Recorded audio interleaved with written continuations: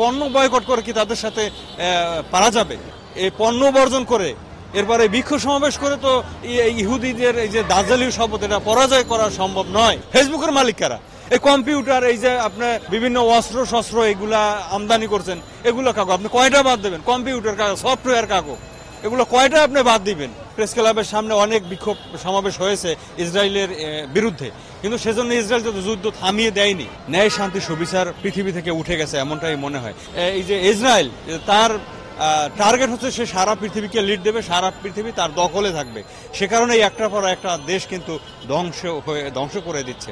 চলমান যে সারা বিশ্বব্যাপী একটা নৈরাজ্য, একটা অনাকাঙ্ক্ষিত, মানুষের মনে কোনো শান্তি নেই। যে যেমনি পারছে, যে যেমন মনে চাচ্ছে মন খুশি মতো জীবন চালাচ্ছে, যার স্বার্থ ব্যতীত কেউ কোনো মনে হয় এক গাছ কুটাও দুই খণ্ড করছে না স্বার্থ ব্যতীত। আমাদের করণীয় কি আছে? মুসলিম বিশ্বের বা বিশ্বের শান্তিকামী মানুষের করণীয় কি আছে সেই বিষয়ে আমরা কিছু মেসেজ দিয়েছি। মেসেজটা হচ্ছে যে একটা মানুষ মেরে ফেলা, নির্বিচারে মানুষকে মেরে ফেলা, এগুলো আসলে কোনো মানুষের কাম্য নয়। কিন্তু এই স্বার্থন্বেষী গোষ্ঠী, এই যে ইসরায়েল, তার টার্গেট হচ্ছে সে সারা পৃথিবীকে লিড দেবে, সারা পৃথিবী তার দখলে থাকবে। সে কারণে একটার পর একটা দেশ কিন্তু ধ্বংস করে দিচ্ছে। তো আমরা তার এই প্রতিবাদ করছি। এখন আমাদের এই দেশ থেকেও আমরা চাইলে বড় ধরনের কিছু করতে পারি। তাদের সাথে আমরা প্রতিবাদের অনেকগুলি ধরন আছে। আমরা এটা হচ্ছে একটা প্রাথমিক স্টেজ দিয়ে আমরা একটা প্রতিবাদ, একটা বিক্ষোভ সমাবেশ করলাম, কিন্তু এই বিক্ষোভ সমাবেশ, মানববন্ধন এগুলো শত শত বছর ধরে হয়ে আসছে, কিন্তু এর কোনো রেজাল্ট আমরা দেখতে পাইনি। কোনো এই বিক্ষোভ সমাবেশ করে প্রেস ক্লাবের সামনে অনেক বিক্ষোভ সমাবেশ হয়েছে ইসরায়েলের বিরুদ্ধে, কিন্তু সেজন্য ইসরায়েল তো যুদ্ধ থামিয়ে দেয়নি। সেই যুদ্ধ তাদের সাথে এই বোঝাপড়া করতে হলে যে শক্তি সামর্থ্য দরকার, তার বাড়ির কাছেও কেউ যায়নি। তাই সেই বিষয়ে কেউ আলোচনাও করে না যে আসলে আমাদের করণীয় কি।